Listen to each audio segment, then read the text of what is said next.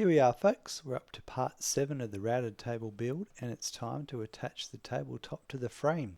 Very exciting times. With the top upside down, I've placed the frame down and I go around making a few measurements to get the frame position in the center and then mark around the outer corners of each leg so I don't need to measure this again. I've got these tri-corner braces that I will use to fasten the top to the frame. I think I'll position them this way, but before I make any decisions, I'm going to add all those button head screws back that I removed earlier. I'm not going to put the ones in on the left and right edges, as I'm pretty sure they'll interfere with the table fence I'll be building later on. These braces at the front are a little wider than the legs, so I'm marking those excess bits with blue painter's tape and taking them away to trim them down. Once this is done, they look much nicer, so it's time to start marking out the hole locations of the screws. Unfortunately my camera angle here is terrible, but I'm simply pre-drilling the holes first and then screwing the braces to the frame. I do this to all 4 corners and everything seems great, so I make sure the frame is lined up on my markings and proceed to screw the frame to the top. Before too long, I've now got an actual table. It's taken a lot of work to get this far and I'm pretty happy with the results. With that in mind, I'm going to end today's episode here. Just kidding, there's still so much more to cover, so let's get on with it. It's time to cut the hole for the insert. There's a few steps here, but first up I check my layout that is still drawn on the bottom of the tabletop and align the insert on the top where it needs to go and then trace around the insert on the tabletop. Next up, I get the pattern bit and put it in my 1/4 inch shank router and do a quick test route as I need to determine how wide of a cut it does, which turns out to be 10mm. This is the width of the lip that the insert will rest on, and now that I know that information I proceed to mark out that 10mm boundary on the inside of the insert outline. Now the guide I'm following says I will be using a saber saw, which I know is a jigsaw, to cut the hole for the router. But from my experience using a jigsaw, they don't produce a very clean cut. So what I'm going to do instead is use my router, as I have a long bit that exceeds the full depth of the tabletop, and this way I'll get a very sharp edge. So the guide tells me to drill a hole in each corner, and I choose a spade bit that is bigger than the router bit, so I can comfortably start the router when it's sitting in the hole and perform the passes as required. The spade bit I've chosen is 22mm, so I make 11mm markings in from each corner of my cut line so I know where to position the spade bit.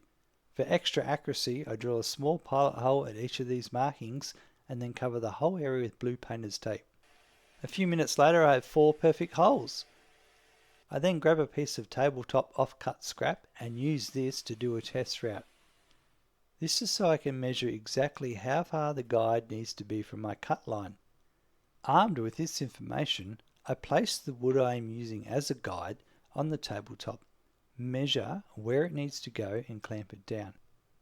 I spend a bit of time here looking at where the edge of the router touched the guide and made sure the router bit was going to cut the right line. After my first pass, I remove the blue tape. Before too long I've made it all the way through, and I make a couple of touch-ups at the corners so the line finishes nicely into the spade bit hole. I follow this up by doing the other side of the table and it's all looking good.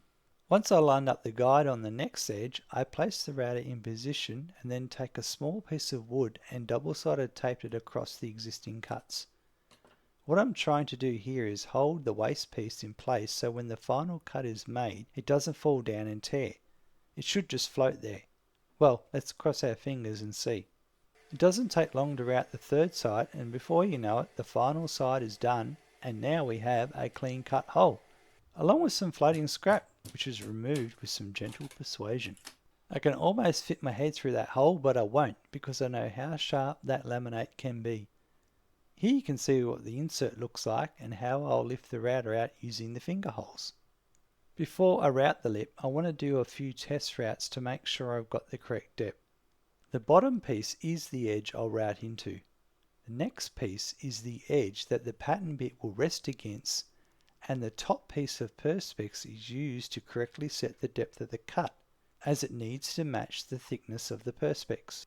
So I sit the router on top of the Perspex and push it down until the bottom of the bit is touching the routing surface. Clamping this bit in position, I can then remove the Perspex and the route will now be the correct depth. This took me a few goes to get it spot on, but eventually I got it set correctly. I spent quite a bit of time here as I wanted to make sure I got it right, as I don't get any second chances with this. Now, to ensure the correct positioning of the lip, I put the insert back on the table and line it up with the existing markings. I use a couple of small pieces of double-sided tape on the insert so it stays in place. And then, using a generous amount of double-sided tape, I stick down the guides flush up against the insert. With this in place, I now have a continuous guide exactly the size of the insert, which means I can remove the insert now as I'm ready for the most important route of them all. Everything went swimmingly with this route.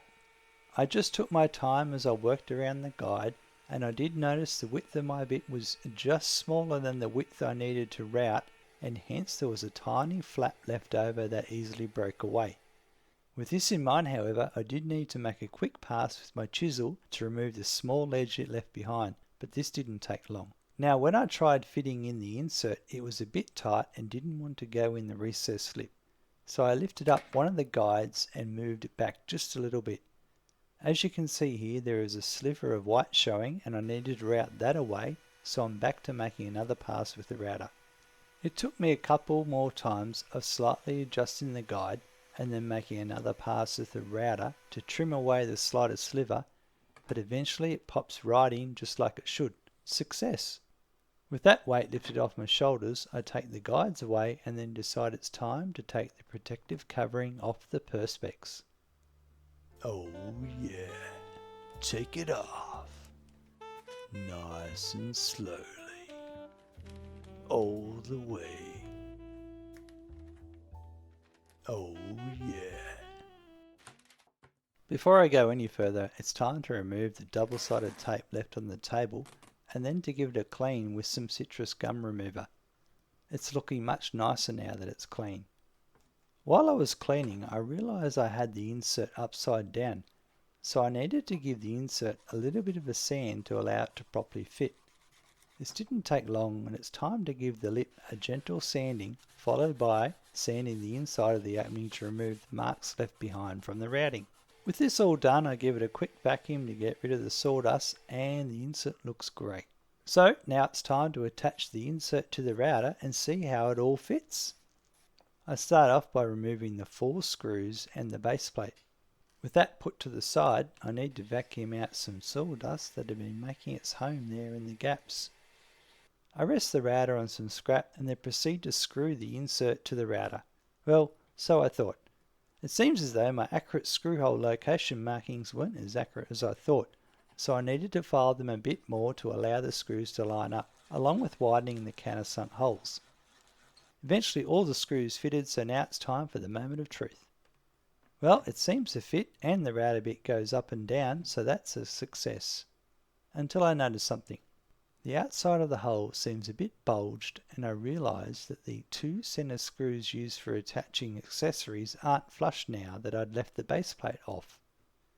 No worries, we'll just add the base plate and problem solved, right?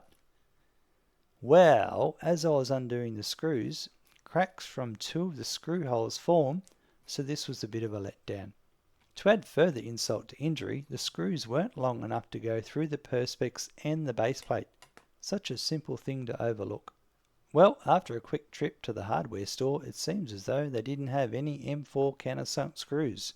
This was very frustrating, however, I can also make new holes that use the other 2 accessory screws and that'll fix that. There's one last step before the insert hole is completed, and that is to route a 1/2 inch chamfer underneath to improve airflow of the router. So I turn the table upside down and start off with removing the inner button head screws so that they don't get in the way of the router. I get my scrap offcut and clamp it to the table and proceed to do a test route with the chamfer bit. After a quick measurement later, all seems good, so off with the scrap piece and onto the final route. This went well, however I soon realised that the corners were a bit too tight for the router, so I needed to remove the handle to allow me to get right in there. This worked well, and when I reached the next corner I needed to remove the other handle, as the dust extractor piece takes up a lot of space. All went well, and after rounding this corner I put the handle back on so I had more control of the router. Once this was all done, I was very happy with the end result. It looks much nicer with this profile, even though I'll never look at it being underneath the table. It's time for a quick sanding to get rid of the routing marks left behind. There always seems to be sanding to be done. On this note, it's time to wrap up this episode. Stay tuned for the next episode where I route the miter slot into the tabletop and we'll hopefully have a finished router table. I hope all is well in your part of the world, and until next time, bye!